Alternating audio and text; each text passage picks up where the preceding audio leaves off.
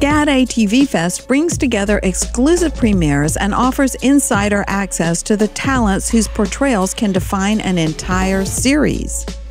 Backstage, I caught up with Jennifer Morrison, formerly of House, and star of ABC's fantastical sixth-season hit, Once Upon a Time. Can you tell me what makes a television show great? There is definitely some kind of magic to it that you can't put your finger on. You know, you never know when you're making a project whether or not it's going to succeed for sure. But I can say that there were certain comparisons between House and Once. When you look at the writing staff, you look at the writers who are the showrunners, when you look at the director they choose for the pilot, you look at the executives at the network, you look at the actors that have signed on, you look at the cinematographer, there's a certain energy to certain combinations.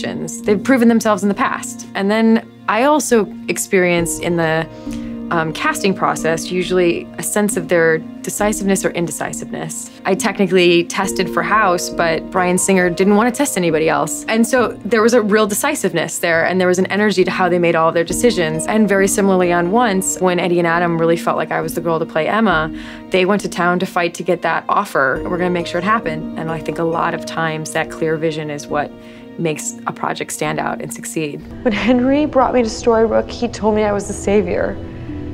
I didn't see what he was really doing. He was not bringing me back to break a curse.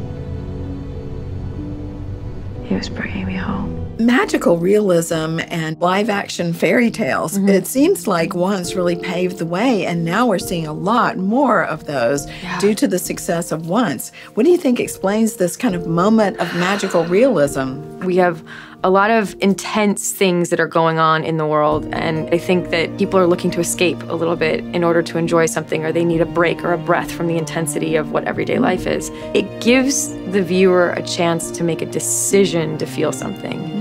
And it's like an invitation to choose if you want to participate in those feelings or not.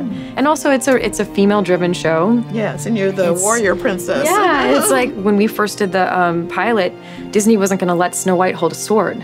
Oh. Because they had never shown Snow White with a weapon. And now look how far we've come in 6 years, and the show really embraces that and drives that message on television right now. So many factors, and certainly you. Oh, thank you. I am so impressed with SCAD. Honestly, I think being in the arts, you know about SCAD. It's one of the most renowned art schools in the world. I actually just directed my first feature film, and it was a SCAD graduate who was my cinematographer, and had such an amazing experience collaborating with him. He was incredibly instrumental in being a support for me in the editing room and in the sound design. And you know, every step of the way, directing can be really lonely, because at the end of the day, you have to make the final call on every decision. And there's so many ways you can screw up a movie. You can ruin a movie so many times.